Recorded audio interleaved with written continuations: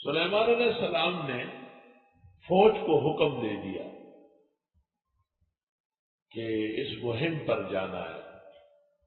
فوج نے کچھ تکاوٹ ظاہر کی اور کچھ بے ہمتی ظاہر کی۔ سلیمان ناراض ہو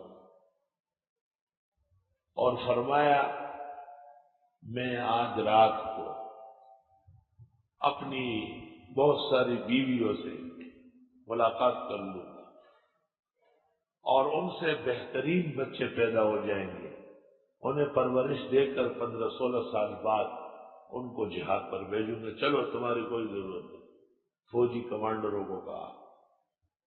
یہ بات بڑی اچھی تھی، مگر سلیمان علیہ السلام سے انشاءاللہ کہنا بھول گیا۔ دل میں تو پیغمبر کے ہر وقت خدا ہوتا ہے، لیکن زبان سے کہنے کی ضرورت ہے۔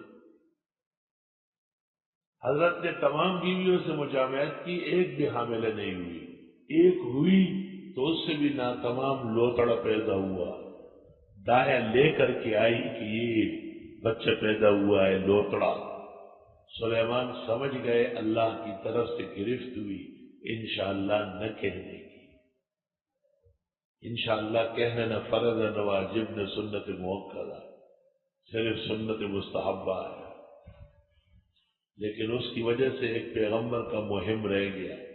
بخاری میں ہے، آپ نے فرمایا اگر سلیمان انشاءاللہ کہتے سب بچے پیدا ہو جاتے، لسارو فرسانہ، اور سب شاہ سوار ہوتے۔ تو پیغمبر کے ایک مستحب چھوٹنے پر نقصان ہو گیا۔ سر ڈھکنا بھی مستحب ہے، چھوڑنے پر قوم غرق ہو رہی ہے۔ پانچے اوپر کرنا بھی سنت مستحبہ ہے، اہتمام نہ کرنے سے نمازیں برباد ہو رہی ہیں۔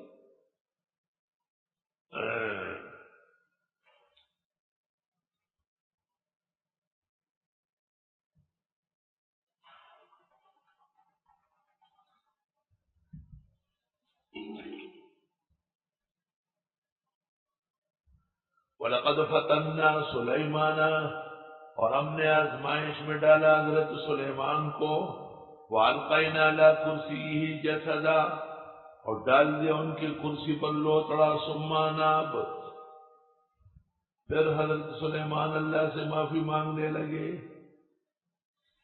یہاں اسرائیلیوں نے ایک سازش کی اور انہوں نے کہا کہ سلیمان کی سلطنت ان کی انگوٹھی میں تھی۔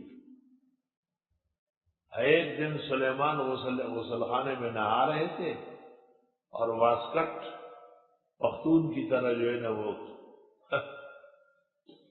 کیل میں ڈالے ہوئے تھے،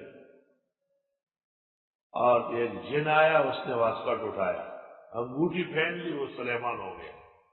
سلیمان علیہ السلام جب باہر آئے گرفتار کر لیا اور ان کی بیویوں تک سے مجامعت کی اور پوری سلطنت پر قبضہ کر دیا۔ اب پھر سلیمان علیہ السلام مچیرا بن گیا، مچھلیاں پکڑ کے بازار میں بیچتا تھا۔ ایک دفعہ اس سے انگوٹھی گم ہو گئی، وہ مچھلی نے کھائی، مچھلی سلیمان کے ہاتھ لگی، ایک افسانہ ڈرامہ شروع کر دیا۔